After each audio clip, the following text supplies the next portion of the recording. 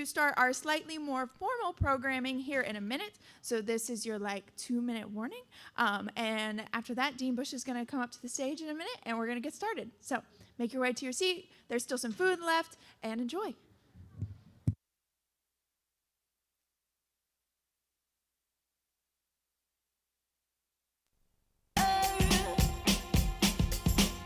Hope your dinner captain.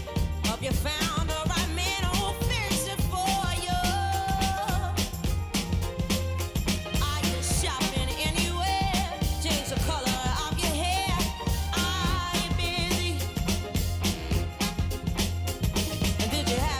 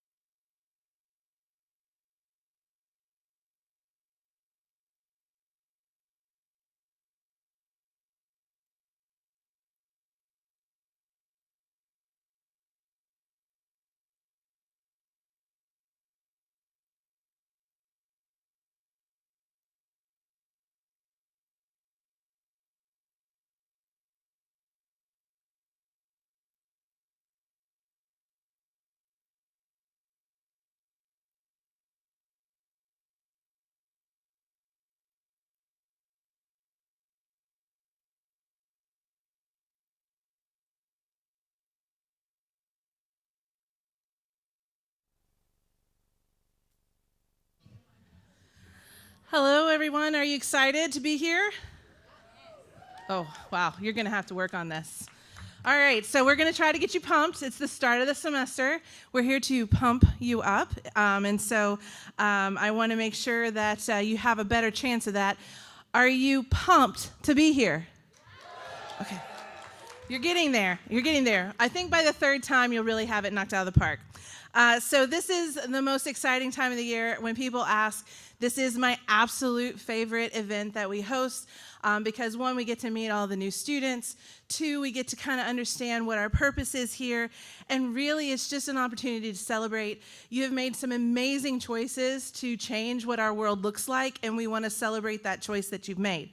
So it starts here, and it starts with what you do in this college, and we are just so excited for you to be here. Are you excited to start your career in public health? Okay. You're going to have to work on that, but we'll get there.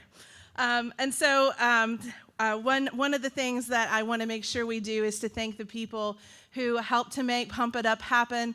I'm excited because this is our fourth Pump It Up, and the speaker for today was here at the very first Pump It Up. So I'm excited for her to see how we have evolved in that 4 years. So one of the things that we have done is to do donations. Do we have a thank you slide coming up? Oh, nope. Keep talking. Keep talking. All right, I will keep talking. All right. So I am thankful that you're here. Thank you for everybody who's participated and made this happen. Very excited about you coming to match your purpose and your passion. We are passionate about you and being here to support you. Here's your thank you slide for all the folks who really contributed to today's event, either in making it happen or, as you will find out later, in the many, many gift cards we have to give away. If your name is not on here, we got a few people at the last minute who thought we just didn't have enough gift cards, and we needed some more gift cards, and so they contributed some gift cards at the last minute. So I just want to say thank you to everybody who gave in time and money and effort. Really appreciate all the things you do there. Yes, yeah, that's right. So Pump It Up is more than something that Arnold Schwarzenegger said or what we talk about or we joke about, are you pumped? It's a nod to the story of Jon Snow, and I can't help myself. We've got Steve Browning over here, who, go ahead, Steve, wave your hand. Dr. Browning is one of our epidemiology environmental health faculty. He is a Jon Snow expert. Whenever we revise the story, we have to run it by him, so thank you for your tireless hours reading and making sure we get the story right. But Jon Snow was part of an 1850s cholera outbreak. He wasn't part of the outbreak. He was part of looking and investigating it in London, and he helped identify that it was connected to a water pump. And so if you don't know the Jon Snow story, don't worry. We're going to tell you all about it. Our SPHA president, Sammy Jones, Sammy, is going to tell you the story a little bit later. I can't wait to hear what Sammy has to say about the story. But his discovery sort of turned a turning point.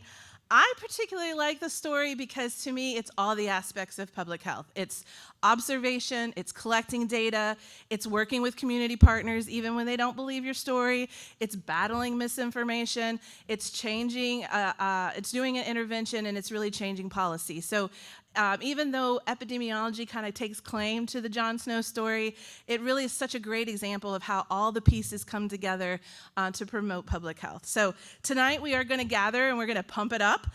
We're going to pump it up, right? Yeah. Okay. Oh, it's getting worse. Okay, I gotta stop. So we're gonna honor that legacy. We're gonna talk about the interconnectedness of our field, from data-driven insights to policy making, interventions, and even surveillance that keeps us informed. Hopefully you've had a chance to talk to some of the faculty and staff here. Our faculty and staff don't just teach and pretend to be public health. They do public health every single day. And so if you haven't had a chance to talk with one of them, or if there's somebody at your table who you maybe don't know, please feel free to reach out to them and chat. I'm sure they have a pretty exciting story to tell you about how they are working to make a difference in the lives of our Commonwealth and our world. So I'm really excited that they are here to celebrate with you, to start your journey. They are your community community. I won't get sad and tell you that public health is hard and the work is hard. I mean, it is, but we have fun doing it, and we do it together. One of the greatest things about this profession you've picked is that we do it together. And so you have a community, you have your people, we are your people, and we're here to help you, whether you're starting in your first year, whether you're a graduate student, or you are just embarking on this health profession journey. Okay, so I did send a message out on Monday, making sure that our faculty and staff knew that they would be expected to cheer and whoop, and holler. So they're not going to fail me when I use them as examples to get everybody excited and pumped up and cheer you on for being part of Pump It Up, okay? So we have 4 academic departments in the college: health, behavior, and society, biostatistics, epidemiology, and environmental health, and health management and policy. They cover the breadth of the things in public health, and they include faculty and staff who are here to help your academic journey thrive. And so if you are a member of one of those academic departments, I would like to hear how excited you are for our students coming into the College of Public Health. Are you ready? 1, 2, 3. That's good, that's good, that's good. Now, our research centers. We have 4 research centers. We have the Center for Research on Violence Against Women. We have the Kentucky Injury Prevention Research Center. We have the Innovation and Population Health Center. And we have a growing Center for Public Health Systems and Services Research. Those centers are the boots on the ground. They're the outreach. They're working and doing work and translating what we do to our communities and taking discoveries out. They're really our core research component in the college. If you are part of one of those research centers, are you ready to welcome our students? 1, 2, 3. You're going to have to work on that for next year, but you're getting close. You're getting close. And then finally, we have a huge administrative support team. We have the research office, academic excellence, the dean's office, so many different people who are behind the scenes, our faculty and staff advancement, our business office. I probably hope I haven't left anyone out, but there's a huge force of administrative folks who are every day working to make sure what you have here is successful and that you have every opportunity to succeed. If you are one of those administrative teams, can you welcome our students? 1, 2, 3. Good work. So if you're not pumped already, I hope that you will get pumped to celebrate our passion for public health and to embrace the challenges ahead and really focus on the opportunities to make a lasting impact. But most importantly, we're really happy to celebrate our new students, our returning students, and the absolute incredible profession and incredible choice to study public health, because together we can make a difference. So thank you for being here tonight. It is my great pleasure to introduce Dr. Crystal Miller. She's going to help us stay pumped. I did the best I could as for an opening act.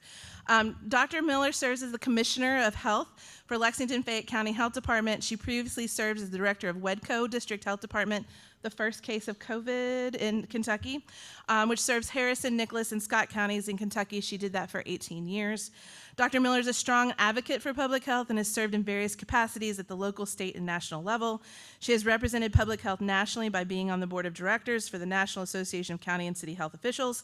She served on the Kentucky Health Department Association Executive Committee, assisting with public health transformation, which is a big deal. If you haven't heard public health transformation, you'll learn about it here. During the pension crisis, she's also earned numerous awards for her work in public health, including Kentucky Department for Public Health Trailblazer and Outgoing Director Awards. Locally, she was named Georgetown Citizen of the Year in 2020 for her leadership in the first case of COVID-19 and leading that pandemic response. Dr. Miller worked for the University of Kentucky, so she not only was a student here, but also worked here for more than 7 years prior to WEDCO. She has an undergraduate degree from UK in elementary education, so anybody can get to public health, even if you start in a different field. And she got her MPH and DRPH here. She loves to give back to students in any way she can to help shape a strong future, because she understands the pressures of being both a college student and trying to find the best path forward for making an impact in the field. And I would just like to say that before Dr. Miller was Dr. Miller, she and I worked together. I was her biostatistician. She worked on her dissertation. And she tells people that I taught her biostatistics, but she was the first person who really gave me insights into what it was to do public health practice. And so I really attribute her to part of my education. So even though I was teaching at the time, she really educated me and has continued to help teach me about what it means to do public health practice, to do it well, and to do it with innovation and a smile on your face. And so it is my great pleasure to welcome back one of our alumni, one of our own, Dr. Crystal Miller.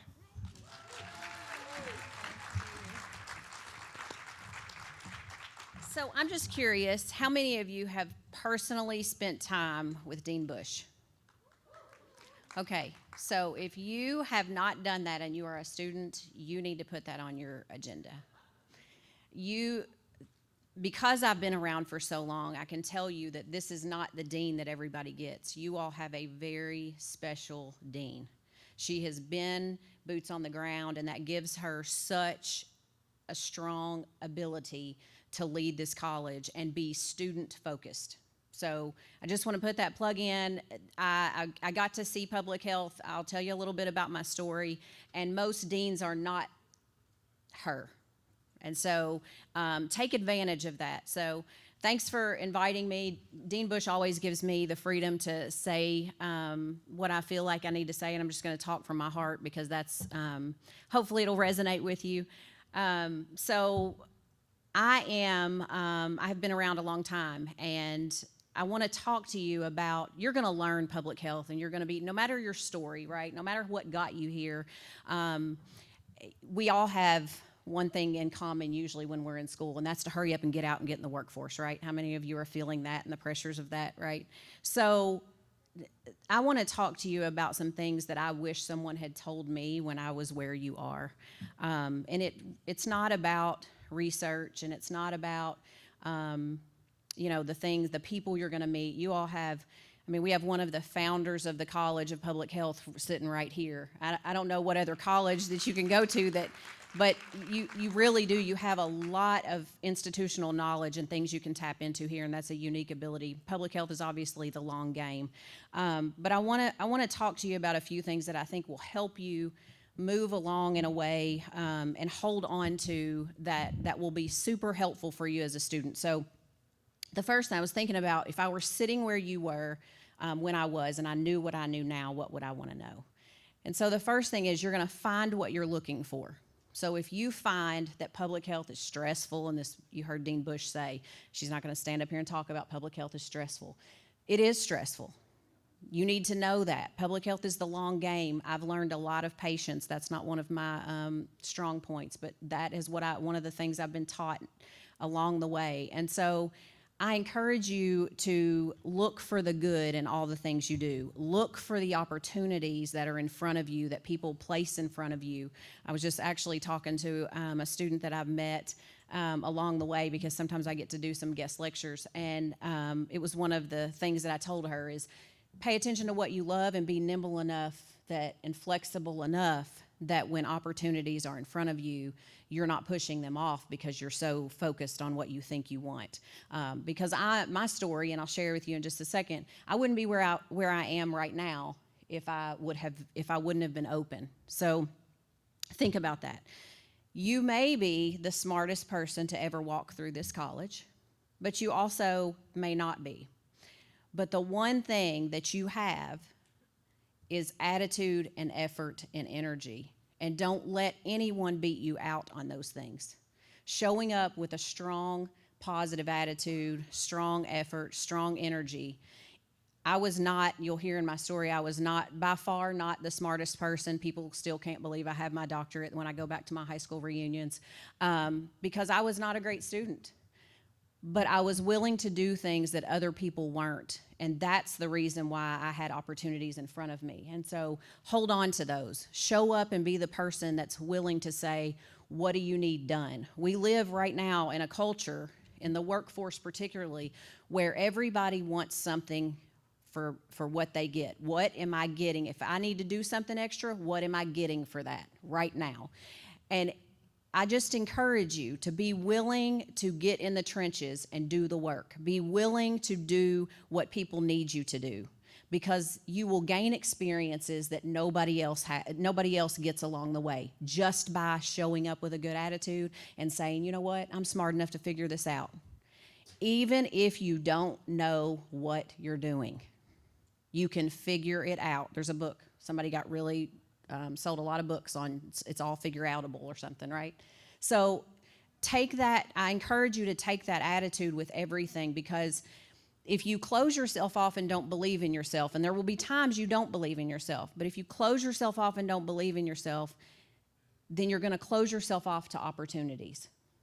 So be open and willing and nimble to take on things that may not be the path that you think you're going to get, but take every opportunity to grab on to skills that you don't have. It will serve you well in the long run. You all have a lot of time in public health, and it's a long game. Your career will be many, many years, and hopefully you love what you do.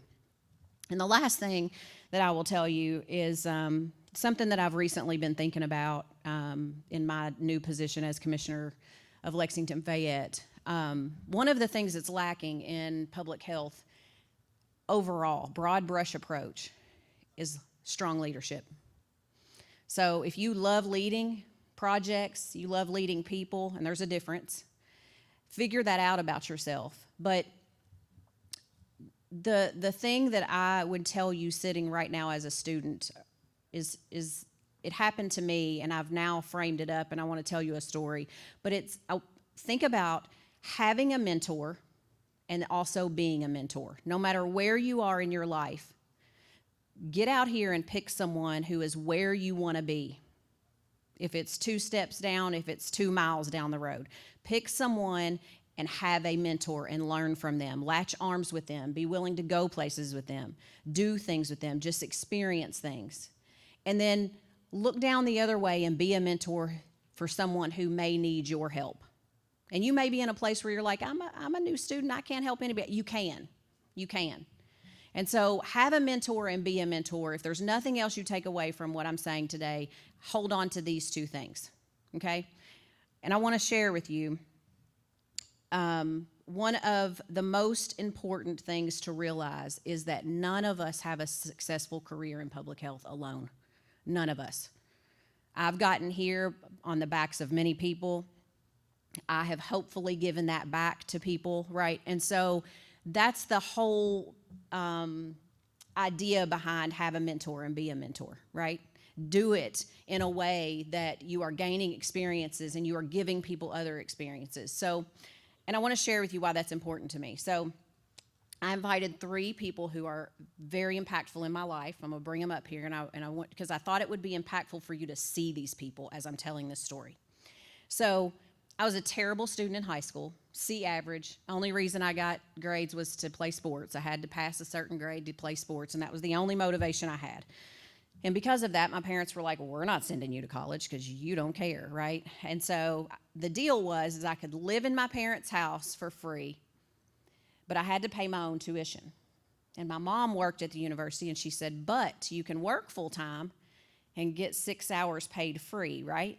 So I was like, okay, I'll live at home, and I'll go and I'll find a full-time job. Okay?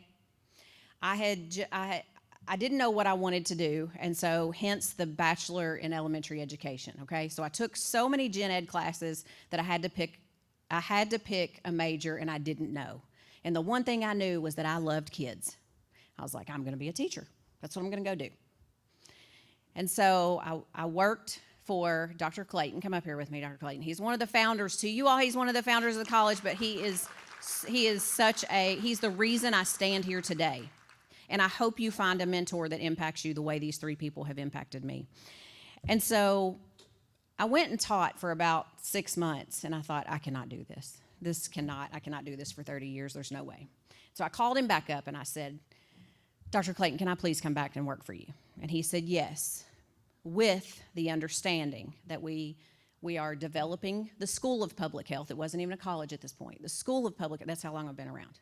I know what y'all are thinking, that I look too young for that, right? And so he said, you have to take classes in public health. So you can come back and work for me, but you have to take public health classes. And so I did that. And that is absolutely 100% the start of my path in public health. Took my courses, worked really hard for him. He gave me every opportunity. I ran research networks. And this is where the point comes in about be willing to do anything that people need you to do. I had no idea at 20 years old what running a research network was, but I figured it out. Nobody was going to beat me at that. I was going to figure it out because you know why? I needed a job, and I needed to get these classes, and I needed to get out in the workforce, right? And so that became a pillar. So although it was a means to an end at the time for me, he was giving me a job. He became the reason I'm absolutely where I am today. So I'm in my office working, 2006-ish. He calls me and he says, Wedco District Health Department has a director open and you need to apply for that job. And I was like, what is Wedco? What are you talking about? Fast forward, that's where I've spent my last 18 years. And he has 100% been my mentor and the reason that I was there. Okay? And I'll bring up Dr. Davis now. So Dr. Davis has been a lot of things to us, okay? But I just want you to see this in person, how this unfolds. Dr. Davis has been, when I got hired on in 2007, he was the deputy commissioner at the State Department of Public Health. So he approved, Crystal Miller is coming on board at Wedco, and he approved that. And I've kept in touch with him along the way. I've known him for years. I call him when my kids need something. He's buddies with my kids now. And so I just want you to see how all of this unfolds. And while I'm at Wedco, obviously, I'm looking for who are my people. This is what I mean about look for the people who are willing to do anything. So come up here, Rachel. You coming up, Doc? So insert Rachel Winkle is an employee at Wedco. She is in what we would call an entry-level position. She was the person that was willing to do anything, okay? She was willing to do anything. And the first thing she told me was, I don't know why you want me to do that. I don't know. I pulled her in, and I wanted her to be in HR. And she said, I don't know how to do that. And the first thing she told me was, I can't do that. I mean, I didn't go to college. I don't have a college degree. She wouldn't mind me sharing this. I got pregnant in high school, and I didn't get to go to college. And I said, I don't care. We're going to get this done. And that started her trajectory in believing in herself, right? So it's have a mentor and be a mentor, right? And so fast forward about, I don't know, a year ago, Dr. Davis calls me and he says, hey, they're looking for a commissioner in Lexington Fayette. Do you want to come? And it was a long road, but I've been there 8 weeks now. And so I want you to see that piece of it, right? So all of these things connect. And it was not because I was the smartest person in the room or that I had the best grades, because by all standards, I should not be standing here, right? I mean, I got a horrible ACT. I don't even remember. I think it was like a 19 or something. It was terrible. And if Dean Bush tells you about my biostats, it was embarrassing. So by all standards, right? But I was always willing to outwork others. And that's what I encourage you to do. And so I want to tap into Rachel here. So Rachel started she had already been there, but when I started 18 years ago, she was the person that was willing to do anything. And I snagged her in and I said, we're going to get some work done. And I started telling her she should go back to school. And one day it landed and she was like, I'm going to go to school. And so she's going to graduate in the next little bit with a master's in business administration. And she's going to have to do biostats. You're going to have to do all of these. And so that's the separation that's going to get you where you want to be in public health, no matter where it is.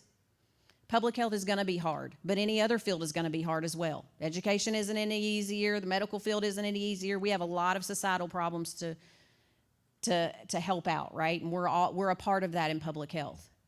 And so kicking you off, I hope that you will both get a mentor if you don't have one, and then be a mentor to somebody, because we desperately need strong public health leaders in our communities. Okay? Have a great year. I'm right down. If you need any experiences at Lexington Fayette, reach out to us. But I'm so excited to be in front of the future of public health, because there's so many opportunities out there for you if you will grab on. All right. Have a great year.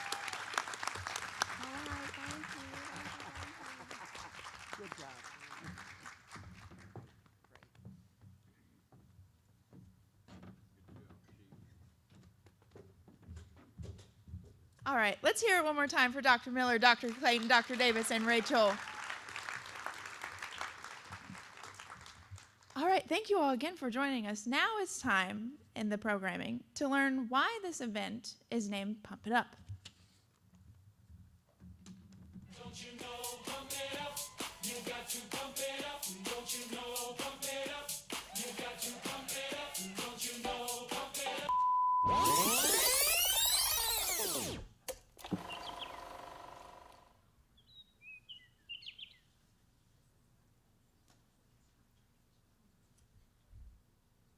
Salutations, Minister Whitehead. Greetings, Dr. Snow. Have you seen the abnormally large rats around this part of the city? Is it anything to be concerned about? Yes, but I think that the onset of cholera should be the most of our concern. I've spoken with several of the afflicted families. This is such a horrible outbreak. Remaining in control of your faculties while losing so many fluids, dying within days, if not hours. Many of the parishioners are scared and seeking answers. Yes, the situation is dire. Have you noticed any commonalities or patterns? Many of the afflicted seem to be drawing their water from the local pump on Broad Street, but surely, Dr. Snow, water cannot be the sole culprit. Indeed, it could be. I believe the contamination may be coming from the Broad Street pump, but more tests and data will be needed before that decision can be made. Dr. Snow, Reverend Whitehead, I need your help. My baby, she's sick. She's turning blue. Well, Mrs. Higgins, please calm down. When did the symptoms begin? Just this morning. Yesterday she was fine, but today she is so weak. We will do everything we can, Miss Higgins. Where do you get your water? From the pump on Broad Street, where everyone else gets their water. Is it true what they're saying? Do you think the water is causing this? Yes, I'm afraid so, Mrs. Higgins. It's hard to get a pulse from this frail arm. Dr. Snow, this baby has a rather unique hue. Indeed, it does. Does the father have the same complexion? No, doctor, but he does have a tendency to get a little blue around the gills when he's had too much to drink. Well, let's hope that this baby's condition is less about familial traits and more about something we can remedy quickly. We need to get this child to the nearest infirmary. Can you assist her there while I continue gathering information? Of course, Dr. Snow. Come with me, Miss Higgins. Let's get your baby the help she needs. If I can just gather more evidence, we would save so many lives.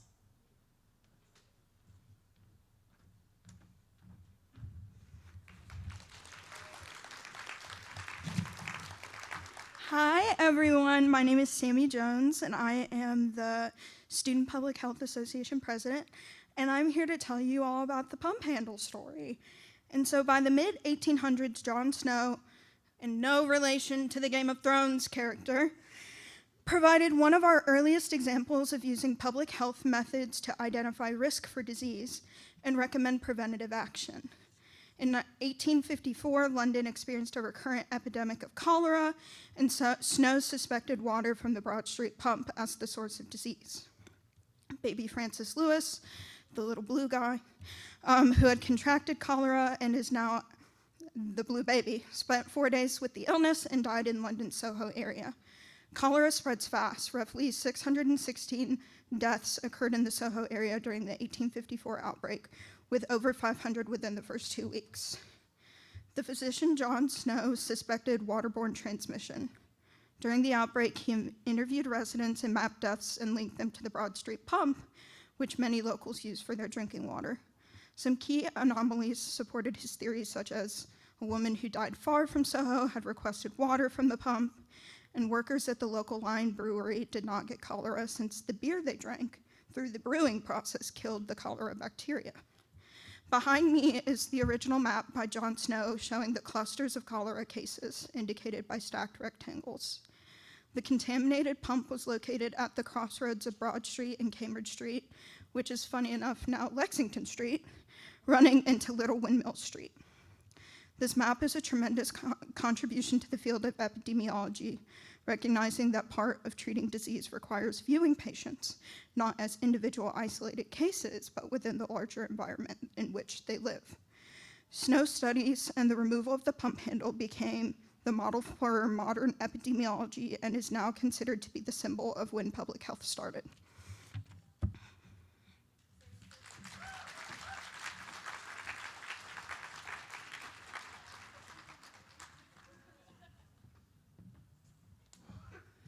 Thank you, Sammy. And Sammy, I totally forgot to mention SPHA earlier when we were cheering. So can you, if you are SPHA, can you stand so we can see our Student Public Health Association? And I'd just like to add, they're an award-winning Student Public Health, 3-time award-winning Student Public Health Association. This is going to be year 4, right, Sammy? Yes.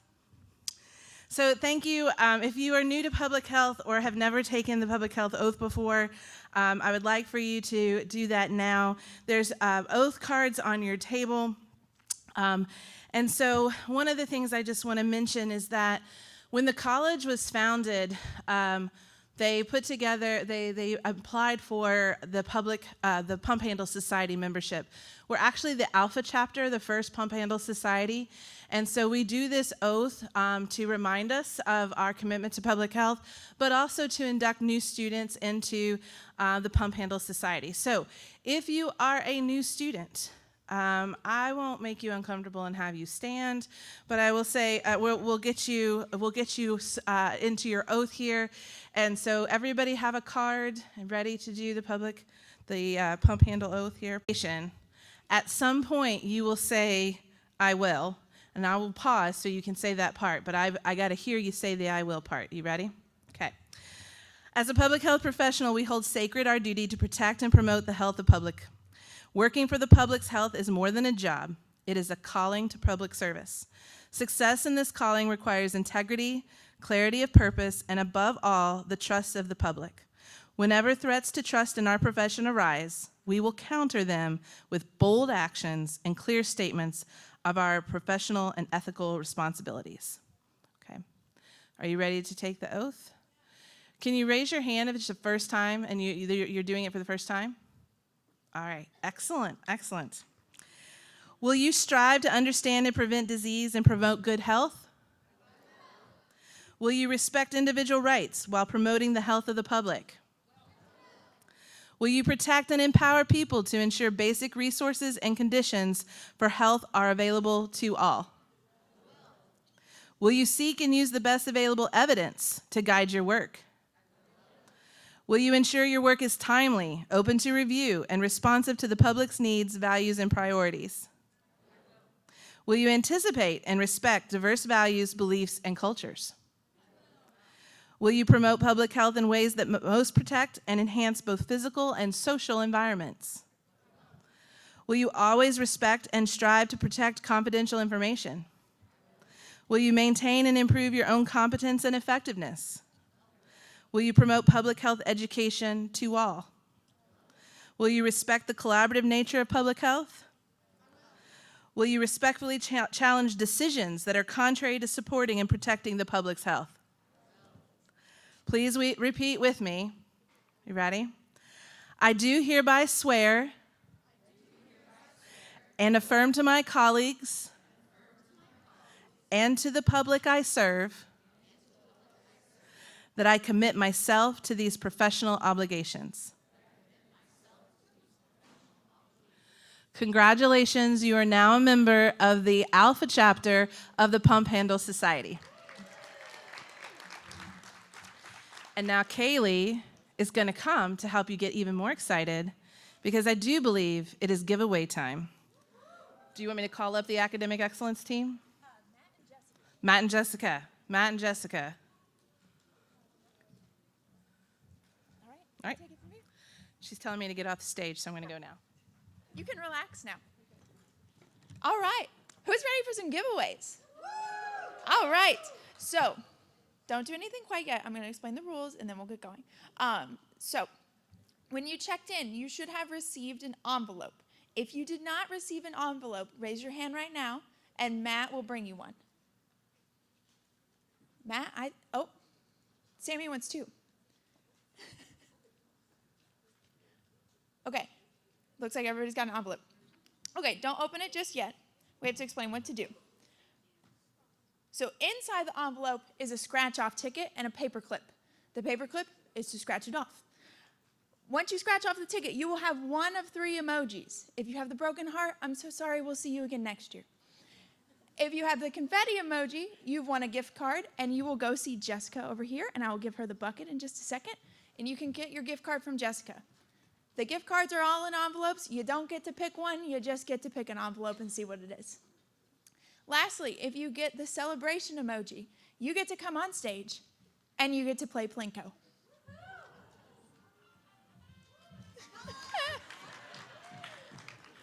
So if you have the celebration hands emoji, you get to play Plinko and you still get a gift card. Everything makes sense? Okay. 3, 2, 1, scratch.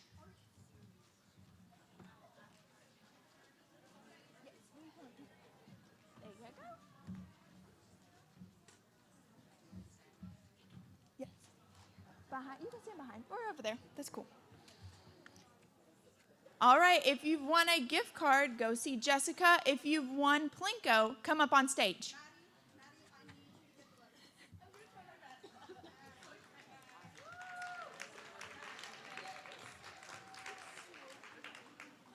Plinko over here, gift card winner over here. Yes. Okay, we're going to get started with Plinko.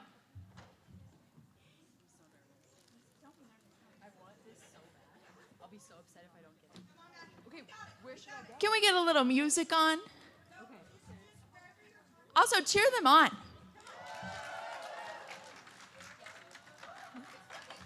Life could be a dream. Life could be a dream. Do, do, do, do, shaboom. Life could be a dream. If I could take you up in paradise up above. If you would tell me I'm the only one that you love. Life could be a dream. Sweetheart, hello, hello again. Shaboom, and open we'll meet again. Boom. All right, let's make some noise for lyric. Life could be a dream. If only all my precious plans would come true. Sunglasses. Let me spend my whole life loving you. Life could be a dream, sweetheart. Every time I look at you, something is on my mind. If you do what I want you to, maybe we'd be so fine. Oh, life could be a dream. Shaboom, if I could take you up in paradise up above. Shaboom, then tell me, darling, I'm the only one that you love. Life could be a dream. Sweetheart, hello, hello again. Shaboom, and hope we'll meet again. Boom, All right, we want Legos. We want Legos. life could be a dream. Life could be a dream, sweetheart.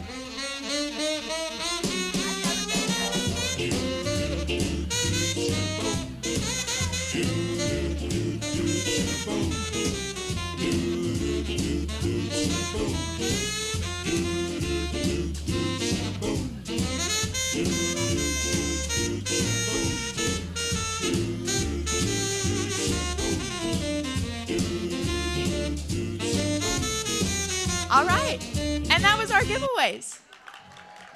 Thank you for playing. Thank you to all who donated gift cards and other prizes. We really, really appreciate it. Now I'm going to bring Dean Bush back up for our closing remarks. Oh, life could be a dream. Shaboom, if I could take.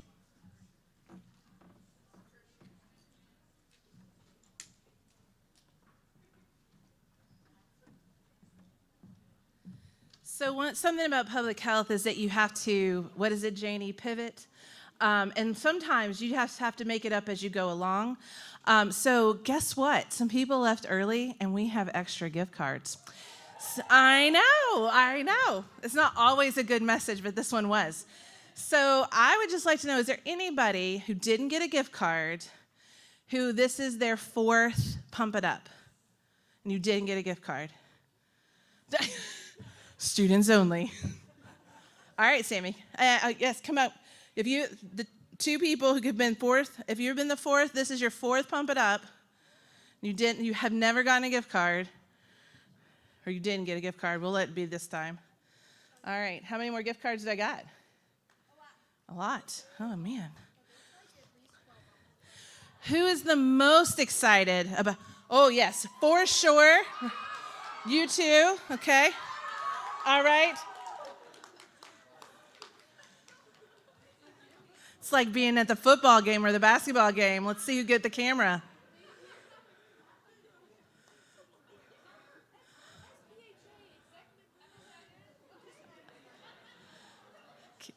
Kaylee can't see if you're how excited you are. How many we got, Kaylee? We got 5. Oh, down to 3. All right, Kaylee's got to pick our most excited folks.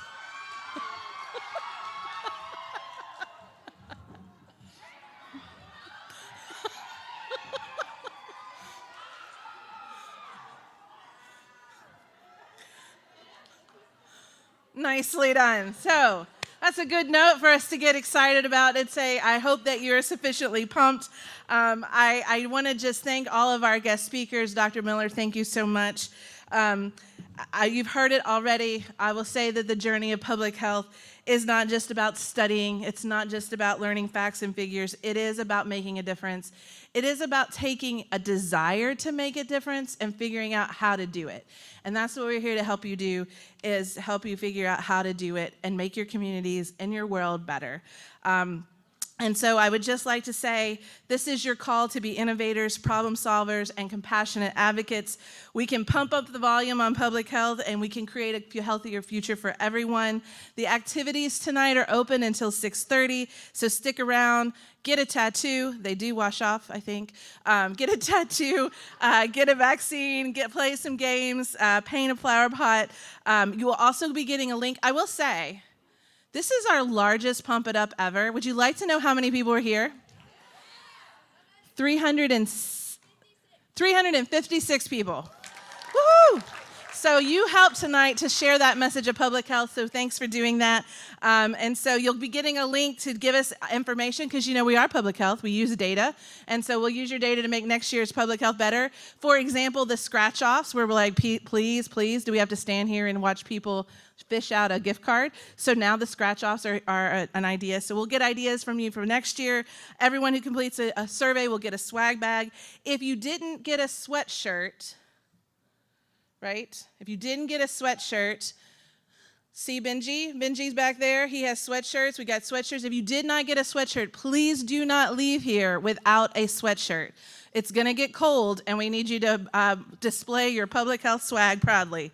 So again, thank you so much to everyone who made Pump It Up possible. We cannot wait to see you here again next year. Public health, there's a Run Walk 5K this weekend, right? So I hope you have signed up to do the 5K. Sunday, preventing injuries with every step. Kiprick is one of the groups that's doing that.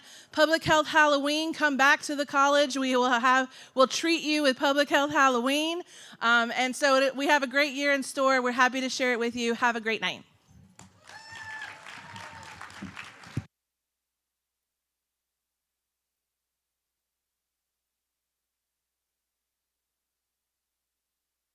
You up in paradise up above. Shaboom, you tell me that.